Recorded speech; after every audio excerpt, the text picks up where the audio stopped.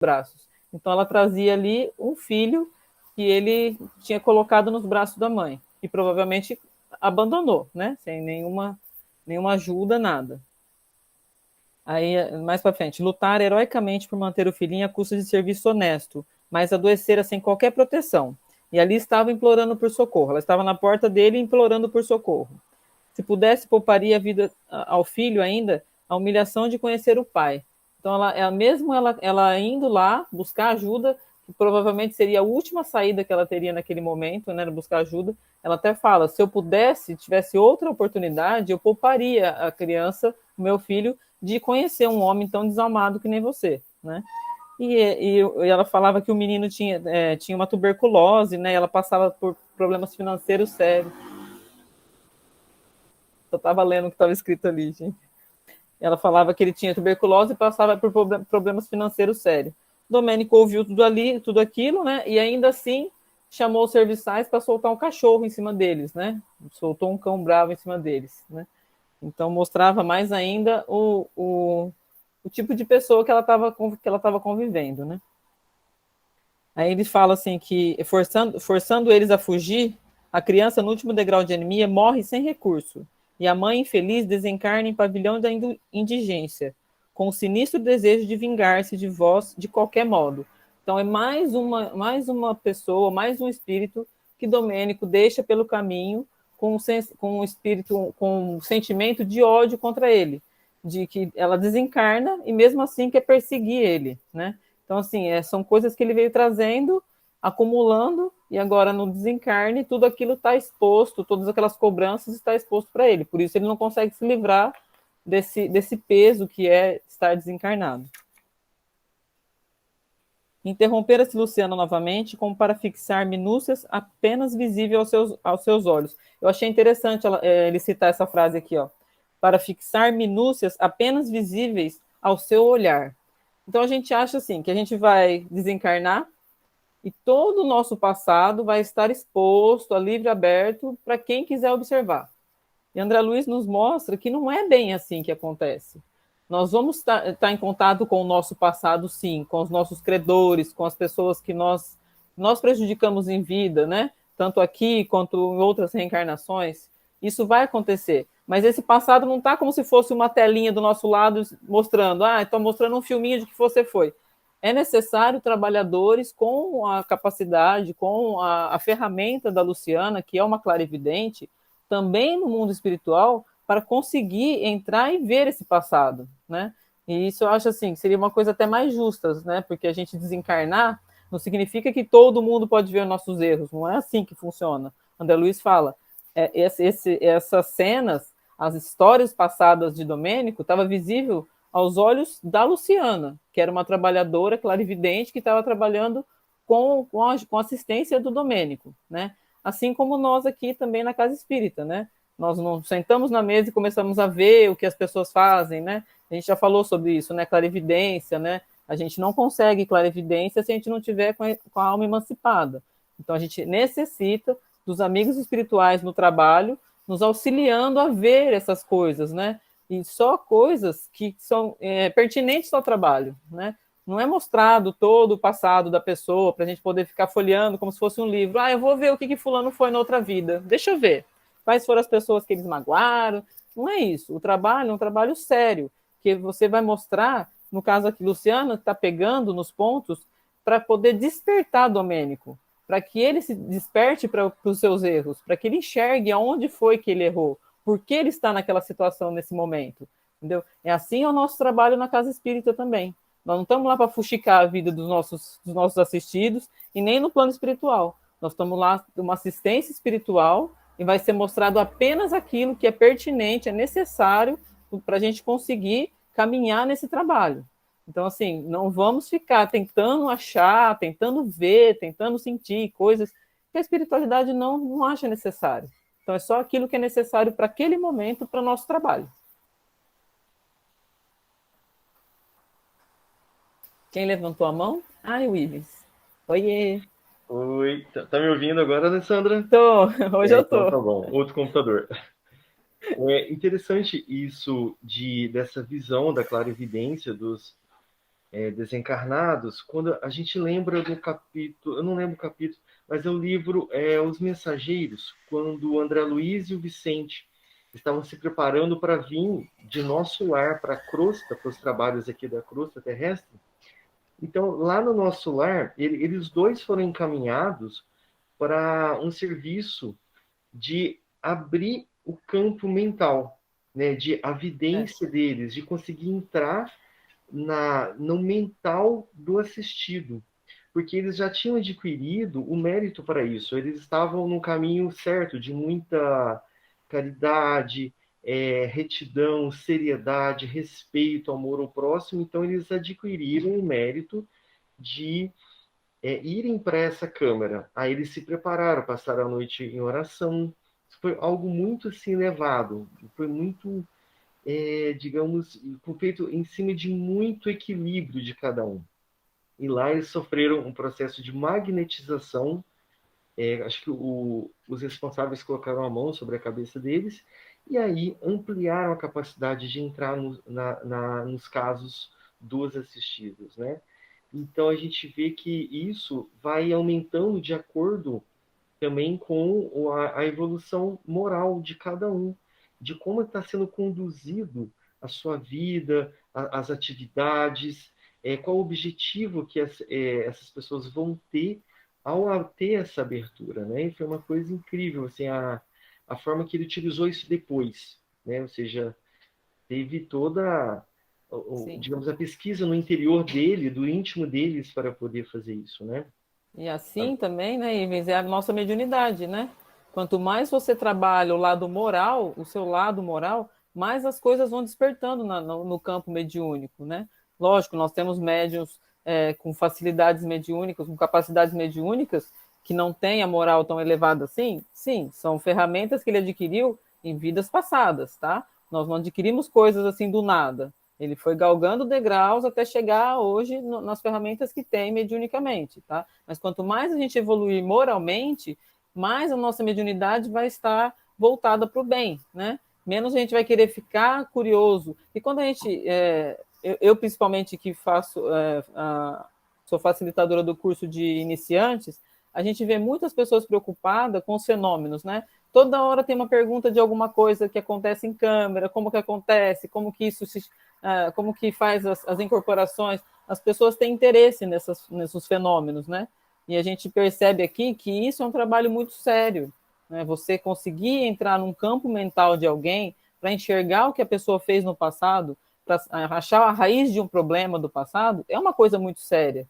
Né? Você está lidando com não só com a sua mediunidade, mas você está lidando com a vida de outras pessoas, né? E às vezes você envolve várias pessoas na mesma problemática. No caso do Domênico aqui, olha quantos espíritos estão envolvidos com a mesma pessoa, né? Domênico envolve vários espíritos na sua mesma problemática, né? Então, entrar nesse campo mental é uma coisa muito séria, que existe uma elevação moral muito grande. No caso do Vicente com o André Luiz, você vê o quanto de benefício que eles trouxeram com essa capacidade, com essa propriedade nova. E às vezes, até para proteger a pessoa que vai utilizar mal isso, pode ter até um bloqueio disso daí também. Pode acontecer. A gente vê, às vezes, processos de magnetização dos mentores, suspendendo temporariamente aquela abertura mediúnica que é maior, né? Que a mediunidade vai sempre existir, mas vai minimizar a capacidade daquela mediunidade, não só para a proteção dos outros que vão sofrer o mal por aquela pessoa, mas a própria pessoa que vai utilizar mal, porque vai complicar mais a situação dela, né? Vai trazer umas consequências muito sérias no futuro dela, né? Então, Sim, realmente é um instrumento muito sério, um instrumento muito útil e, e não deve cair nas mãos de qualquer um, né? Uma outra é sim. situação que eu vi semana passada, que é bem interessante, só voltando um pouquinho, mas é rápido, quando o Domênico desencarnou, ele ainda muito ligado à matéria, ele ficou ali junto ao corpo dele, que já estava sepultado, já estava em processo de decomposição, ele se manteve ali por um tempo, ele não conseguia sair, né, tamanha conexão com o materialismo. E a gente sabe que isso não é uma coisa rara, né? Isso É bem esporadicamente a comum, né? gente ouve falar de pessoas que às vezes não têm orientação, não têm instrução, e aí fica ali por falta de conhecimento, o apego mesmo à matéria, né? E ele conseguiu se desvencilhar de um jeito ou de outro, ele conseguiu sair dali. Mas tem pessoas que ficam dezenas de anos junto ali ao cemitério, né, junto com esse corpo. E sabendo que uma oração de coração mesmo, sincera, com um sentimento elevado, é o suficiente para que ela saia dali imediatamente. Basta um pensamento em Jesus, em Deus, uma elevação e uma conexão sincera, pronto, se resolve essa situação. Então, às vezes é interessante a gente que leu isso, tem essa informação, né, igual está nesse capítulo, de levar isso para os outros, principalmente aqueles que estão já em fase, digamos, pré-desprendimento do corpo, né? A gente, às vezes, entra em contato com pessoas que estão já por um fio, desencarnando, então, isso é um conhecimento importantíssimo de se levar. Olha, não precisa saber nada, basta orar, faça uma prece, não tem que usar técnica, magnetização, uma oração sincera você já vai se resolver ali, você já vai conseguir chamar um SOS, digamos um SAMU espiritual, um corpo de bombeiro espiritual e vão te levar e o resto deixa com eles, né? O nosso sentimento sincero e elevado já basta, o resto deixa com quem sabe, né, o que fazer depois disso, né? Eu acho que o mais importante que a gente tira disso, de todo quanto é estudo que a gente faz voltado à doutrina, é a gente realmente entender essas coisas como elas acontecem, né? Porque assim, por que a gente estuda a doutrina? Primeiro, para um melhoramento nosso pessoal, né, do nosso espírito que está encarnado, né? Melhoramento próprio que gera melhoramento em volta da sociedade toda, né, daquela sociedade pequena que a gente vive. Tá? E segundo, para que a gente possa saber o que fazer no desencarne. Né? Eu acho que assim, André Luiz, quando ele lançou essa obra, essa coletânea, ele veio trazer para a gente, explicando, exemplificando o mundo espiritual de uma maneira muito clara e muito simples. Né? Porque, que nem você falou, não precisa de estudo para você conseguir se desvencilhar de uma situação dessa. Mas se você tiver o conhecimento que hoje nós estamos adquirindo com o estudo, você consegue, às vezes, muito mais fácil sair de uma situação dessa. Então, para que nós estamos aqui batalhando, estudando, perdendo uma hora e todos juntos? Para que isso aconteça, para quando a gente chegar do lado de lá, a gente não se assuste com aquilo que a gente vai ver. Que é uma transição, não tem nada de diferente, não tem nada de misterioso no outro lado, após a morte. É a nossa vida que continua, com as problemáticas que nós estamos levando daqui para lá. Só que como nós vamos reagir lá? Quanto tempo eu vou ficar apegado ao lado da minha matéria, do meu corpo, que eu acho que ainda existe ali, vai depender daquilo que eu aprendi aqui na Terra. Né? Lógico que ele pode não ter nenhum conhecimento, nenhum estudo, e conseguir se desvencilhar dessa situação apenas com fé. É bem provável que isso aconteça até mais rápido que nós que temos conhecimento. Mas o que nós estamos tentando preparar? Preparar o nosso desencarne para que quando chegarmos do lado de lá, não se comportarmos igual crianças enlouquecidas, ficar deitado na maca, sendo amparado, sendo socorrido. Não. Vamos ser aquele que ajuda, que trabalha, que corre atrás, que vai estudar, não aquele que deita e fica internado e dando trabalho para os outros.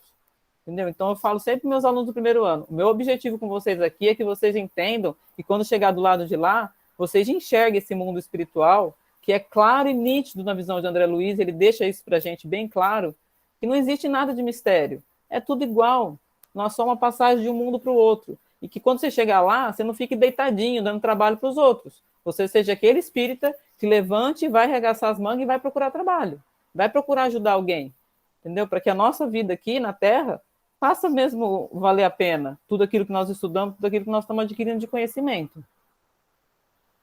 Você está certíssima. Esse é o ideal e é isso que estamos batalhando.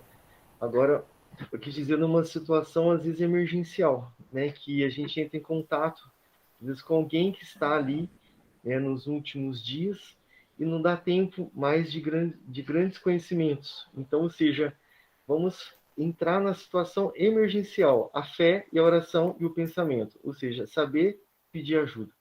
Mas o que nós estamos procurando de fato aqui nesse grupo é exatamente isso que E você não está falou. descartado que quando nós E não desencarnarmos, está. nós vamos estar naquela mesma situação. entendeu? Não Sim, está é. descartado que eu vou estar no mesmo umbral que André Luiz passou, que eu vou ficar mais de 8 anos lá andando, perambulando, sem enxergar ajuda.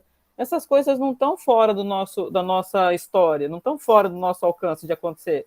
Sim, mas o que a gente espera com tudo isso, com todo o conhecimento que nós estamos adquirindo em estudo, em trabalhos, em conhecimento, que a gente consiga se perceber o mais rápido possível e pedir essa ajuda, e fazer o que tanto eles quiseram. Eles ficaram do lado de Domênico por muito tempo, e ele nem enxergava ajuda. E a ajuda está lá, vai estar sempre lá. Só que a gente precisa abrir a nossa mente, abrir o nosso espírito para aceitar a ajuda. E é isso que é a nosso maior objetivo no estudo, né? Saber, quando chegar do lado de lá, como se comportar.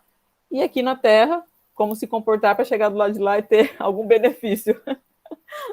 Benefício conquistado com trabalho, esforço e muito suor, né? E a vivência do que aprendeu, né? A Sim, execução de fato do que aprendeu. sim. A Por isso que tem que ser incorporação claro. plena. Tem que ser claro. O mundo espiritual é claro. A gente que fantasia as coisas que acontecem do lado de lá. Vamos tocar? Aí, vamos lá. A Luciana falou desse caso e ele ficou muito mexido naquele momento. Aí ela já começa a ver, olha que horror, a Luciana falando, que horror, diferente mulher de olheiras fundas e negras vestes. Ela nem terminou a observação e o Domênico já caiu em prantos, gritando, basta, basta, como se mais aquela informação, ele não estava suportando mais tanto peso de um passado tão terrível que ele não imaginava, que na verdade ele foi cometendo os erros sem o conhecimento que ele tem hoje, que quando o véu cai, ele não conseguia entender a pessoa que ele era. Hoje ele começou a se enxergar com a visão de Luciana, ela começou a mostrar para ele os erros, ele começou a se enxergar. Então aquilo para ele foi bem doloroso na alma mesmo, né? E ele pede basta, né? Aí fala, Zenobe que lhe mantinha a cabeça no regaço amoroso, tranquilizou-nos. Para o espírito culpado e sofredor, as lágrimas são também uma chuva benéfica que refrigera o coração. Então, tipo, fiquem calmos, essas lágrimas de Domênico são ótimas. As lágrimas de arrependimento, as lágrimas de quem acordou, de quem despertou para aquela toda vivência que ele estava tendo com os olhos tampados. Ele vivia uma vida vendado, não enxergava nada. Naquele momento ele enxergou e caiu em lágrimas. Então deixa ele chorar que vai ser bom. A lágrima é boa. Depois de longa crise de pranto, Domênico, a diretora da casa de pranto de Domênico, a diretora da casa solicitou ao padre Hipólito que semeasse novas ideias no terreno consciencial arado pela dor. Então, nesse momento que ele estava aberto à dor, aberto ao sofrimento, sentindo todo aquele peso do passado nas costas, ela fala: agora é hora do padre Hipólito colocar na mente dele as coisas boas, colocar na mente dele os princípios cristãos. Né? É nessa hora que estava o momento certo de semear aquele campo que era a mente do Domênico naquele momento. Então, assim, a gente vê, é um trabalho que vai criando o corpo de uma maneira que a gente trabalha muito dessa forma também nos trabalhos de quarta-feira, né? A gente trabalha até o espírito se despertar, até o espírito assistido se despertar. Quando ele desperta para a dor, para o sofrimento, é hora do orientador colocar alguma coisa boa nesse terreno que está sem estrutura nenhuma, porque na verdade ele está perdido, ele se sente perdido. Tudo aquilo que ele viveu a vida inteira, que ele achava que era certo,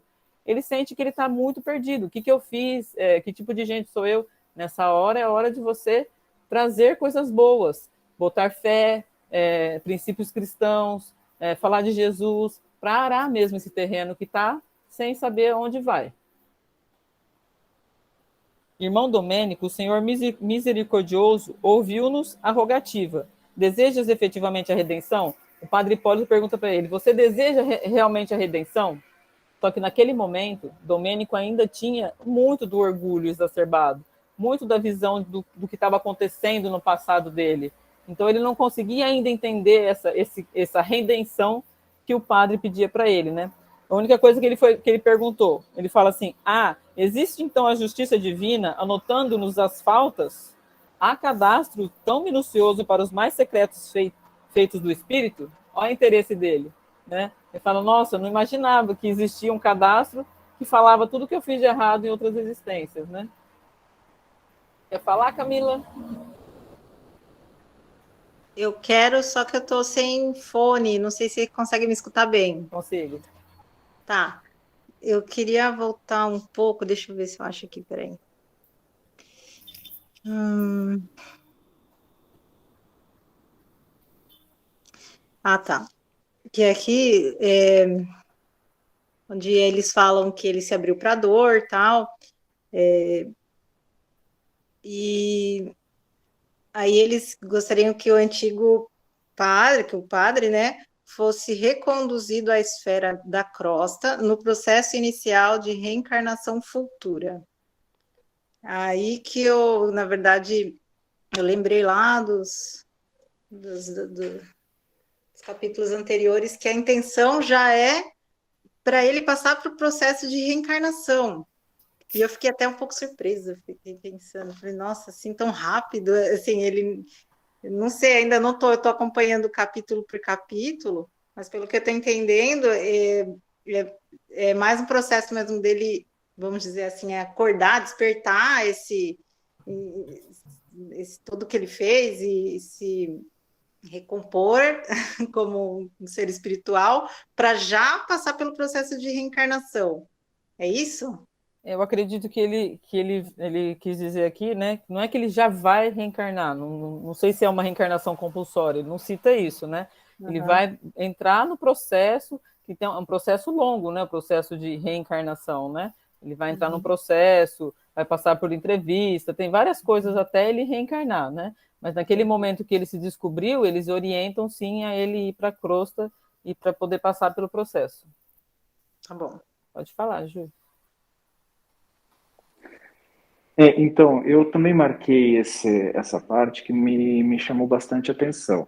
A gente tem que lembrar do local onde é essa casa transitória. É nos vales, né, do mais densos do umbral, e ali são espíritos que estão numa transição, assim, acabaram vamos dizer assim, desencarnar, de ser desvinculado e ainda estão naquela mesma psicosfera. Então, corroborou muito com um pensamento que eu tenho, né, uma convicção de que nem toda reencarnação ela é programada, assim, feita como tão bonita e tão bem descrita no livro Nosso Lar, lá preparada pelo Ministério da Reencarnação. Não, pelo que eu percebi aqui, este espírito vai ser trabalhado para ser reencarnado, sendo levado. E olha onde ele se encontra. Né? Vamos ver assim toda essa assistência, mas o local onde ele se encontra. Né? Então, assim, essa preparação, como você falou muito bem, né, Alessandra? Ela pode demorar um tempo, né? A ligação dele com a mãe material, né, que vai estar aqui na carne, isso é um processo longo, é um processo trabalhoso. A gente viu isso no Missionários da Luz, né?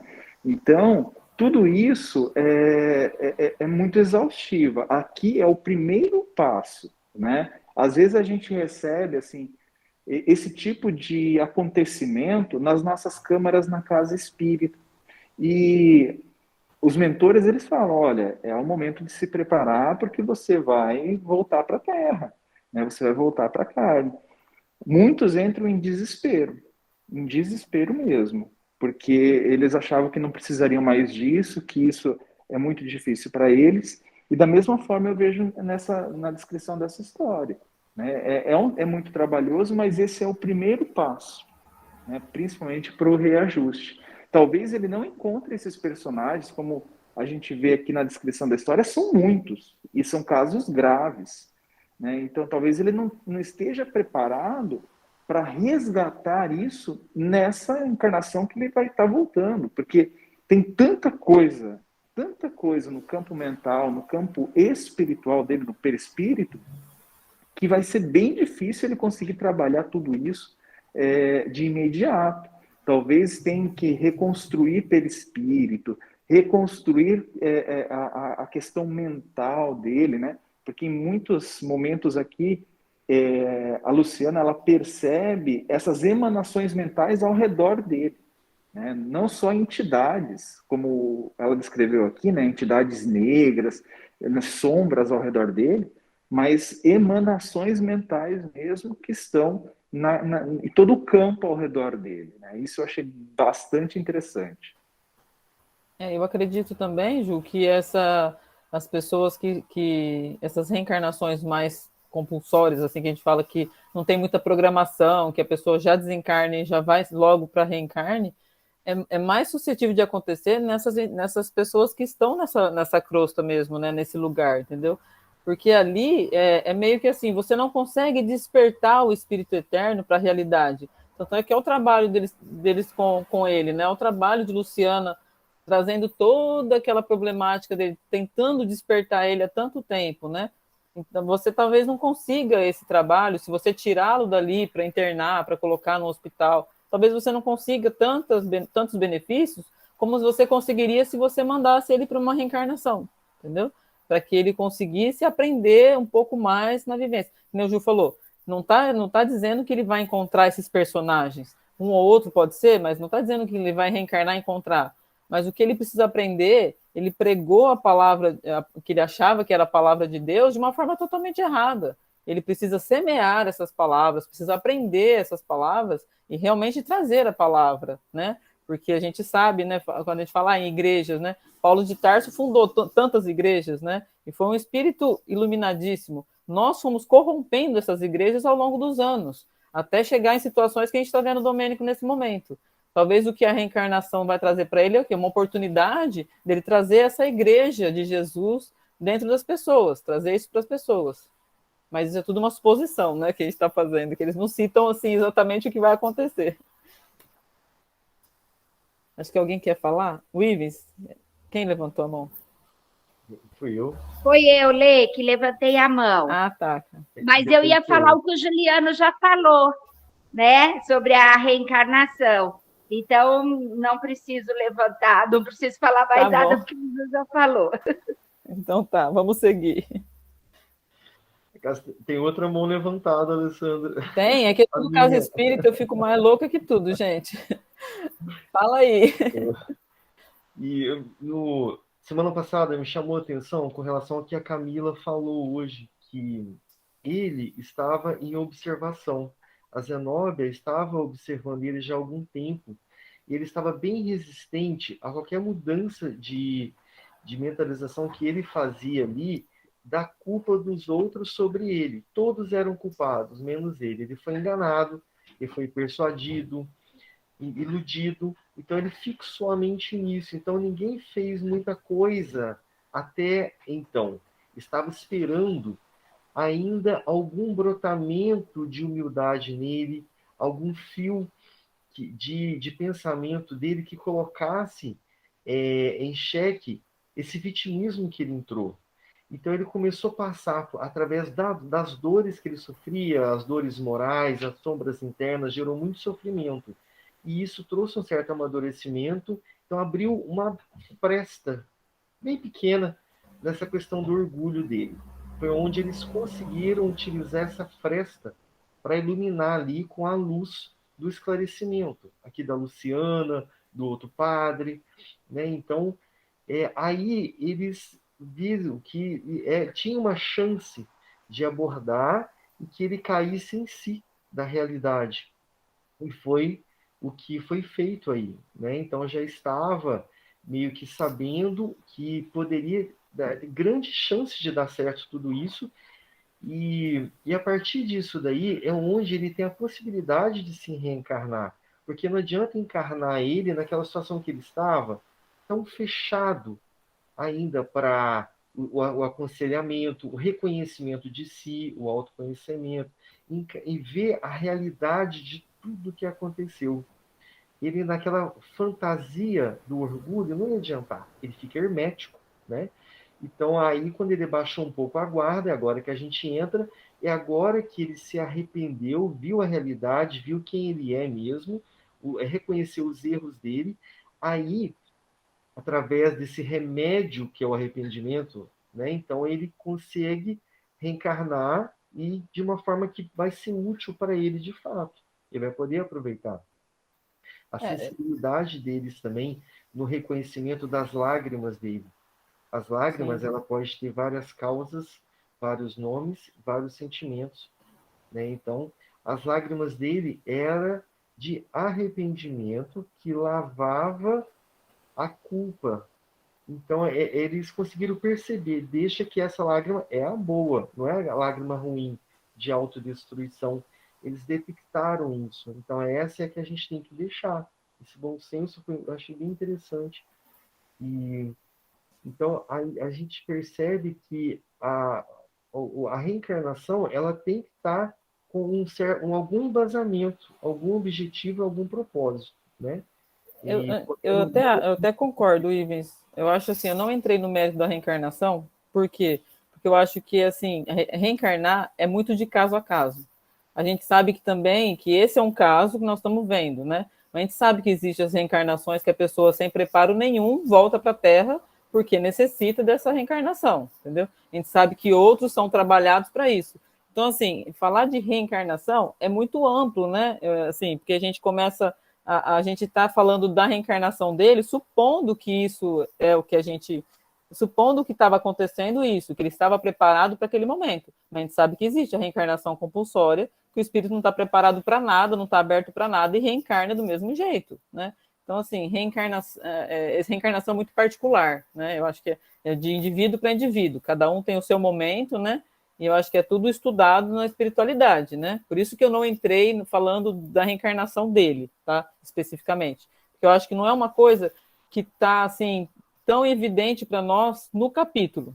Para mim, pelo menos, né? Não ficou uma coisa assim tão evidente. Foi citado, né? Que ele vai reencarnar logo, foi citado isso, mas é que existe vários tipos de reencarnação. A gente sabe que ele falou, agora ele está preparado para reencarnar.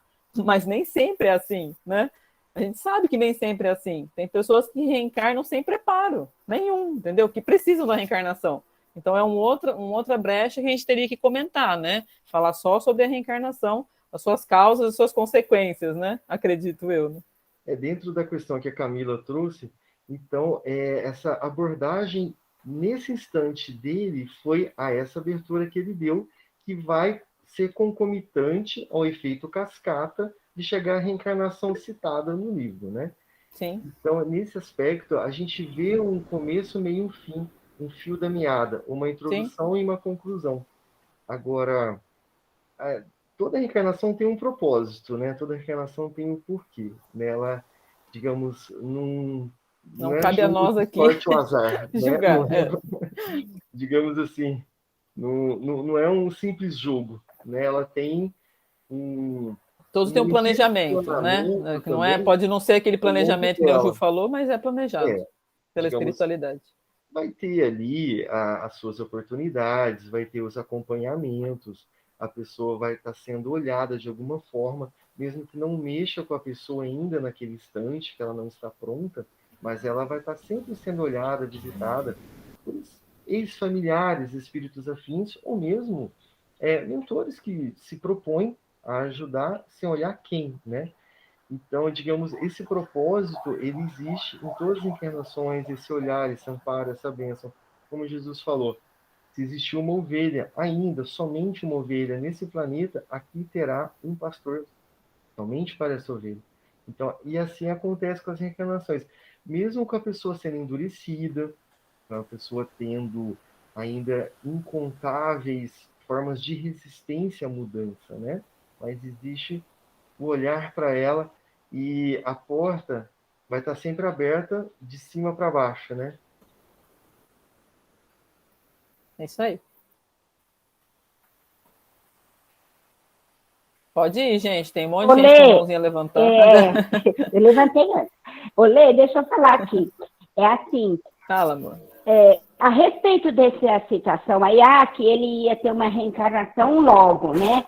O logo é relativo, né? Porque, assim, o logo, para eles, lá pode ser 60 anos, 50 anos, 30 anos. O que para nós aqui é muito tempo. Então, a gente tem que entender também essa situação aí, né? Dessa diferença de sentir o tempo de formas diferentes, de um lado e do outro. Camila? Só para esclarecer também que eu, eu não conhecia, ainda não conheço muito em relação, não estudei muito sobre o processo de reencarnação. E eu tenho, na verdade, assim, busco seguir conforme, né, lá no início mesmo, os estudos. E o processo de reencarnação compulsória, eu já tinha ouvido falar, mas até então eu não tinha entendido tão bem assim. E aí eu lembrei, inclusive, da palestra que teve do Vanderlei de Oliveira, né? Que foi Vanderlei de Oliveira, o nome dele lá no centro, que acho que vocês estavam todos lá, e ele estava falando sobre os espíritos que ficavam nessa crosta, né? E eu fiquei impressionada com a quantidade e tal. Ele falou mais ou menos mais até então. Aí, vendo esse capítulo, eu até busquei num outro estudo que tinha no YouTube, e ele tocou nesse assunto, foi o que eu fiquei. Falei, nossa, eu fiquei impressionada, porque ele até comentou de alguns espíritos de, de estarem nessa situação, dessa limitado assim, né, no umbral, por alguns motivos, como esse do padre, por exemplo, e ter que passar por esse processo de reencarnação sem sequer ter estudado um pouco, ter, sabe, assim, e aí eu fiquei, nossa, agora que dá para entender tanto tipo de pessoas que a gente convive ou não convive, ou que a gente escuta, a gente fica às vezes perguntando, nossa, pode, às vezes a pessoa cometer uma maldade e tal. Eu entendo, agora sim eu começo a entender mais vários tipos de espíritos encarnados que temos aqui na Terra. Então foi mais por isso que eu toquei nesse assunto da reencarnação. Não, é Até importante. então, eu não tinha muito esclarecimento sobre o que seria a reencarnação compulsória, que poderia ser dessa forma, assim, né? Preciso buscar mais. Obrigada, gente. Vamos tocar mais um pouquinho? Nesse processo que ele estava, que o padre Hipólito estava falando com ele, né? Que ele se preocupa na hora em saber se existe mesmo um arquivo trazendo todas as informações do passado dele, né? Aí o padre fala para ele: cerra para sempre, meu amigo, a porta do ego inferior. Olha o tanto que ele fala. Por que ele foi buscar saber se tinha um arquivo sobre as coisas do passado? Ele não estava preocupado se ele, naquele momento, se ele ia ter redenção, se ele ia conseguir alguma coisa. Ele estava preocupado em saber, realmente isso existe? Realmente esses arquivos existem, né? E aí fala: cala a vaidade, o orgulho, a impertinência, não maldigas. Aí a hora que ele cita da igreja, eu já tinha falado, né? A igreja que nos reúne no círculo carnal é santa em seus fundamentos. Nós é que fomos maus servos, desviando-lhe os princípios básicos para a satisfação de instintos dominadores. Então é o que eu falei, Paulo de Tarso foi um dos maiores fundadores das igrejas, né? Que levou a igreja de Jesus para tudo quanto é lado. Nós viemos corrompendo isso tudo e hoje está o que está, né? Aí ele comenta assim, ó: podemos culpar, porventura, as mães devotadas pelos crimes dos seus filhos? A Igreja Universal de Jesus Cristo, que congrega todos os seus apóstolos, servidores, discípulos e aprendizes, é mãe amorosa. Não se pode culpar a igreja, ele fala, não se culpa a igreja pelos seus erros, né? Porque você não pode culpar a mãe pelos erros do filho. Ela passou para o filho as bases, a igreja passou para você as bases. Você que trouxe as coisas que você queria ouvir ao seu bel prazer, usou aquilo como você quis. Então não culpe a igreja, é isso que ele quis dizer para ele nesse momento. Aí ele ainda cita assim: quantos antigos superiores, isso até dá um friozinho na nossa barriga, né? Quantos antigos superiores nossos espiam nas regiões tenebrosas? Quantos se enganaram, honrados no mundo a si mesmo, esquecendo o Senhor que passou fazendo bem? Muitos dos dignitários orgulhosos que nos dirigiam às atividades.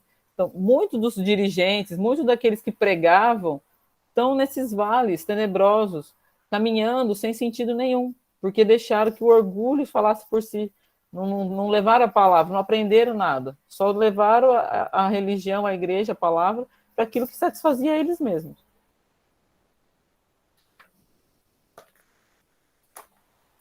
Vamos mais para frente. Aí na outra página vem Zenóbia. Zenóbia compeliu o padre Hipólito a suspender as considerações. Que o padre estava falando para ele, né, contando tudo da igreja, falando dos malfeitos, falando de Jesus, ela fala, suspende as considerações. Alguém compareceu perante a nossa reduzida assembleia. Naquele momento chega alguém, né? Dispensamos qualquer apresentação. Trata-se de Ernestina, a mãe dedicada, ajoelhou-se junto ao filho desventurado e de mãos postas rogou a proteção dos céus. Então, quem chegou naquele momento para ajudar no trabalho foi a mãe dele, que foi a mãe no plano carnal, né? Que estava naquele momento, que ele conseguiu ver a presença da mãe, sentir a presença da mãe. A gente não é um recurso, mas eu falo, isso é muito usado para a gente em trabalhos de desobsessão, né? A presença materna é muito usado, a gente vê isso muito acontecer. Porque o laço que une um filho com uma mãe é um laço de amor muito forte. E a única coisa capaz de mobilizar, de trazer alguma coisa em movimento para o bem, é o amor. Então, o que a gente vai usar nesse momento? O amor de mãe. Vamos trazer a mãe, a figura da mãe. Não tem quem não desmancha na figura materna, né? Não tem, é muito difícil um espírito que aguenta a figura materna, um colo, um carinho de uma mãe.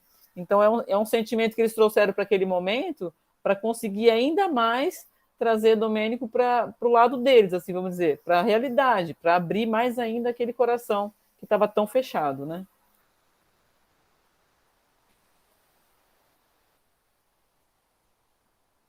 Espera lá que eu me perdi aqui, gente. Espera lá. Aí aqui ele fala... pode falar. Quem que levantou a mão? Não? Então tá.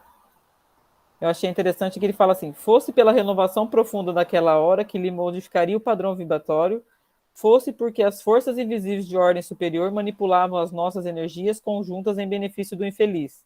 Então, alguma coisa naquele momento modificou o padrão vibratório. Ou fosse pela presença da mãe, ou pelo trabalho que já estava sendo feito pela equipe espiritual, né? Então, o padrão vibratório naquele momento se modificou, né? Então, eles viram ali, que nem o Ivo falou, a brecha que eles precisavam para entrar no sentimento de Domênico e trazer ele para a realidade espiritual. Tem alguém com a mão levantada? É a K. K. A Cássia esqueceu de abaixar daquela hora que ela falou. Ah, tá. Acho que ela nem tá aí. A hora que ele viu a mãe, gritou comovido, né? Mamãe, mamãe. Lê, você me chamou? Não, cara, desculpa, é que você estava com a mão levantada, eu achei que você queria falar. Desculpe, eu esqueci de baixar. Não tem problema. Ele consegue, naquela hora, identificar a presença da mãe, se sente muito eufórico, muito envolvido por aquele momento, né? E aí ele fala, eu achei legal esse trecho, e recordando talvez o trabalho da clarividente que lhe alterara o ser, acrescentou, recordando talvez o trabalho da clarividente que lhe alterara o ser. Então, o trabalho que Luciana teve com a clarividência naquele momento alterou realmente o ser do Domênico, alterou toda a estrutura dele. Tudo que ele conhecia caiu por terra e ele passou a se despertar para o mundo espiritual, né? A justiça divina descobriu-me, ele fala para a mãe, a justiça divina descobriu-me, sou um répro sem perdão, um celerado infernal, hediondo passado está vivo dentro de mim. Ele fala que não sabe se consegue suportar. Como você consegue me suportar? Que eu sou uma péssima pessoa, como você consegue me suportar? E ela fala assim para ele, eu não sei, meu filho, se foste criminoso, sei que te amo com toda a minha alma. Olha o tanto que vai o amor de mãe, né? Sei que senti profunda saudade de tua presença carinhosa num desejo enorme de sentir-te de novo, junto de mim. Que haveria de mais belo para o meu coração que o doce enternecimento dessa hora? Deixa que nasça em ti pensamentos de jubilo e reconhecimento ao Pai de inesgotável bondade que nos reúne compassivamente.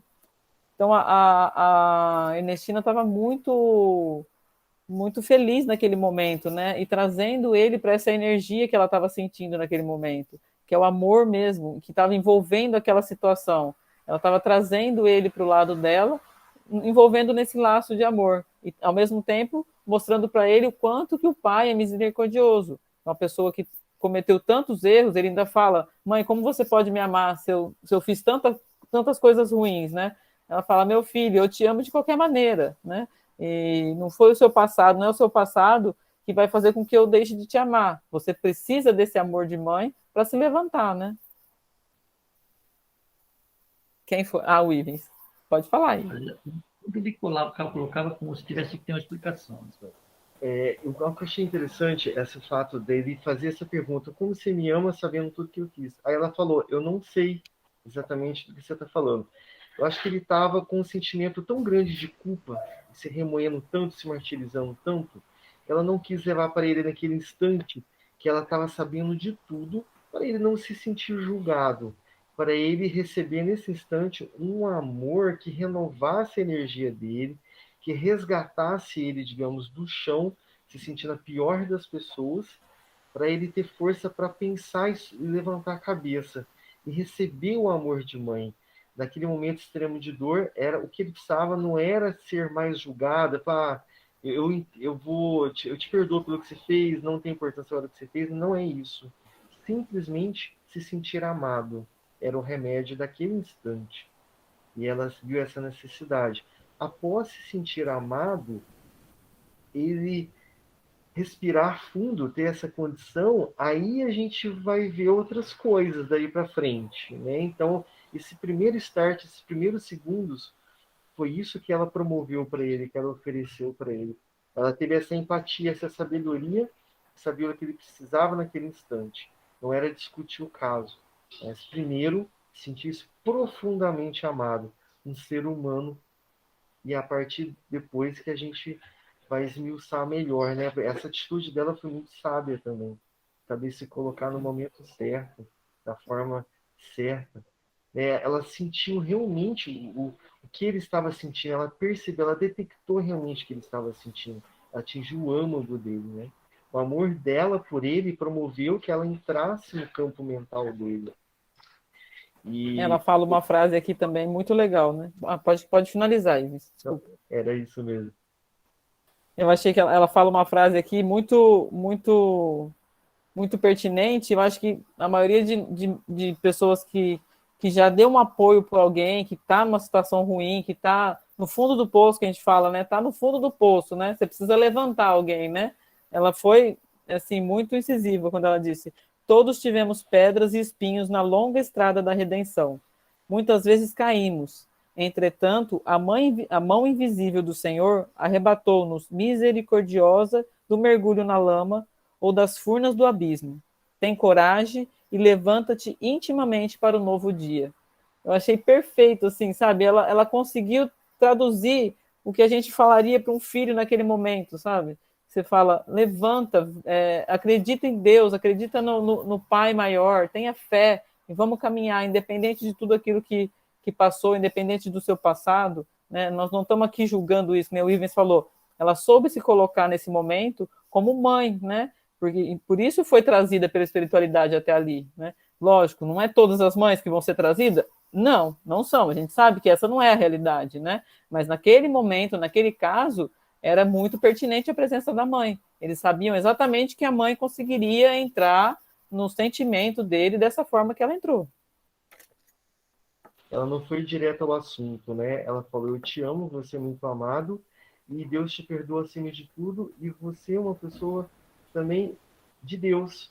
E não existe ali situação que você não possa sair, não possa ser perdoado. Primeiro, o resgate. Depois a gente fala do assunto. É interessante. Da nossa vida aí. E nas câmeras também. Essa abordagem do espírito que está profundamente dolorido. Não toque no assunto agora, não é o momento. Deixa ele se sentir amado, deixa ele recuperar. Para depois falar do que vai doer, né? Vai doer mais ainda, né? É exatamente isso. E ela ainda fala mais ainda, né? Ela fala que ele fosse enfermo como nós outros. Ela se coloca na posição também de enfermo, né? Ela fala, você foste enfermo como nós outros também, né? Aí ela cita até, eu achei bacana, ela fala assim, nós outros, os que intentamos auxiliar-te, não chegamos ainda à posição dos que tudo podem, que muitos sabem. Ela se reconhece e tenta mostrar para ele, nós estamos aqui também como espíritos errantes, né? Estamos tentando te ajudar, mas não chegamos ainda na posição daqueles que tudo sabem, né? Não chegamos a ser espíritos elevados com esse grau que tudo pode, tudo sabe, né? É isso que ela quis dizer para ele ali. Aí ela fala, somos trabalhadores interessados em nossa própria iluminação pelo trabalho incessante. Olha que legal, né? Nós todos somos assim, né? Somos trabalhadores interessados em nossa própria iluminação. Porque, na verdade, sabemos que você pode estar nessa situação, com um filho nessa situação. Cada um vai despertar no momento que precisar, no momento exato para cada um, né? A evolução é um processo individual. Então, nós somos trabalhadores do Cristo, mas no processo de nós nos iluminarmos, que é o que eu sempre tento falar para os meus alunos. Quando você está bem, quando você aprendeu, quando você está iluminada, você consegue refletir essa luz. E não precisa... nós não estamos falando em comunidades grandes, nós estamos falando em pequenos grupos, pequenos núcleos que você vai levar essa luz. São seus filhos, seu marido, seus empregados, seus secretários, o meio em que você vive, seus amigos. Então, assim, se ilumine como trabalhador e como pessoa, para que essa luz ilumine as outras pessoas. Porque se cada um fizer um pouco de si, né, nós conseguiremos iluminar mais gente. Nós temos que ter essa noção de nos iluminarmos, trabalhar para a nossa própria iluminação, para que possamos levar para os nossos próximos essa luz, né? Possamos levar alguma coisa para eles, né? Ela ainda fala assim, ó, desenvolvemos nossas faculdades superiores sem abalos e sem milagres, adquirindo valores novos ao preço de nossos próprios esforços, na paciente edificação de nosso espírito para Deus. Então, tudo que nós desenvolvemos durante o nosso trabalho, nosso aprendizado, não vem de graça. Fulano é assim porque caiu do céu para ela. Ele faz isso porque caiu do céu. Não, é um processo de trabalho, de estudo, de melhoramento para conseguir as coisas, para conseguir ter ferramentas para um dia chegar a ser aquele que muito sabe, que eles estão citando aqui, né? Por enquanto, ela está nesse processo também de trabalhador para sua própria iluminação, né? Eu vou pular um pedaço aqui. Vamos ver que hora que é, gente. Para não atrapalhar o trabalho. 7h25. Dá para tocar mais um pouco, né, Ju? Após a travessia do túmulo, continuamos trabalhando, edificando, iluminando e redimindo. Eu achei essa frase muito legal também, que mostra, a gente sempre pega assim nos livros de André Luiz, que ele está falando do mundo espiritual, ela fala, após a travessia do túmulo, continuamos trabalhando e edificando, iluminando e redimindo. Nós não paramos de trabalhar, nós só paramos se nós quisermos ficar lá encostado, que eu falei, você vai querer ser aquele que vai ficar na maca por 20, 30 anos lá dando trabalho para os outros? Não, eu quero chegar do lado de lá e quero ver se tem alguma coisa para eu fazer, um chão para eu limpar, uma aguinha para eu servir, entendeu? Fazer alguma coisa, que eu quero continuar o trabalho, que aqui eu estou desenvolvendo, eu não quero que esse trabalho se pare. E ela fala, aqui nós trabalhamos, não é porque morreu que não tem o trabalho, né? Ela vai meio que daqui aconselhar como que ele pode, qual que vai ser o caminho dessa redenção dele, né? Como que ele vai conseguir se desvencilhar desse passado, né? Desses débitos com essas outras pessoas que ele teve, né? Aí eu citei o parágrafo aqui, todos aqueles a quem feristes não desaparecerão para sempre. Prosseguem tão vivo quanto nós, e poderás, na condição de servo humilde, buscar os credores de outra época, atendendo em teu próprio benefício a exigência do resgate necessário. Então ela tenta mostrar para ele, os seus inimigos não sumiram, não morreram, vivem como nós. Olha o tanto que ele não conhecia, né? Ele achava que aquilo não existia, né? Eles vivem como nós. E você pode buscar em outras reencarnações, em outras épocas, a redenção disso. Você pode buscar essas pessoas, auxiliar essas pessoas para que você quite esses débitos que você tem com elas, né? Isso é muito importante nas nossas reencarnações. Sem a esperança arrojada e sem espírito de serviço, dificilmente saudará o débito pesado que te prende a alma à esfera grosseira e inferior. Então ela fala muito bem o caminho das pedras, mostra para ele como que ele vai conseguir chegar à redenção, como que ele vai conseguir quitar esses débitos. Vamos encerrar, Ju? Isso, Leo, acho que a gente precisa encerrar agora. Vamos. Gente, não deu para terminar de novo. Mas eu prometo que a aula que vem eu acabo. Ai, mas tá bom.